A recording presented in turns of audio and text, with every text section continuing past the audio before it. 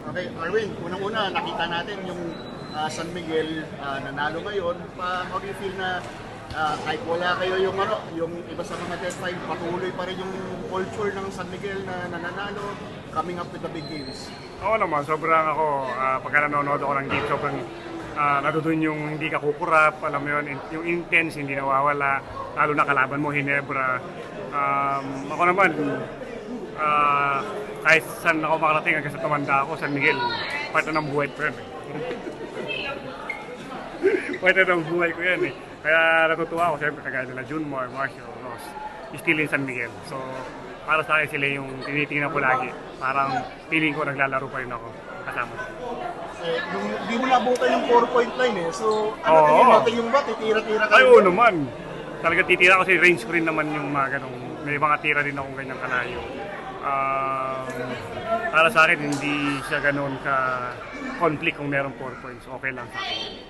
And kamusta ka naman ngayon? Parang yung pag tinignan ka namin, condition pa rin eh. Yeah. Kaya pa maglaro ng Oo naman, kaya talaga. Dahil di naman tayo nagpapabaya. Dahil ako naman, sabi ko nga, yung mindset natin makabalik sa PBA. Andun pa rin yun. Always hoping, always praying on that. Kung ano yung gusto ni Lord, okay ako doon. Walang problema.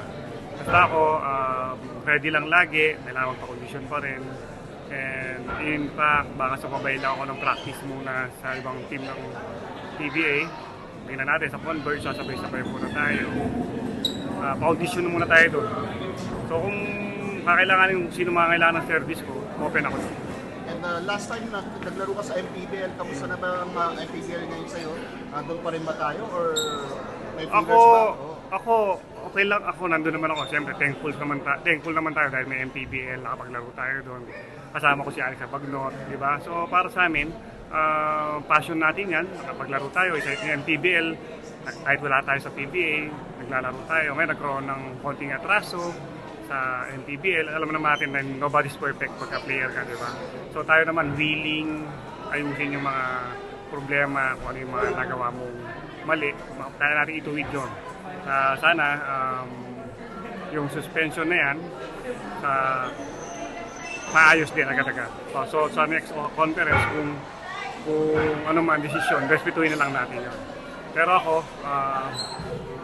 hindi pa rin ako umihinto. Yung paglalaro ng basketball, talagang gusto ko pa rin. At tingin ko, may nanonood ako, kayang-kaya pa rin. So wala pang balita kung nag-lift na? Wala pa. Pero hopeful naman na positive ka naman na may opening night, meron naman Oo, may decision naman siguro.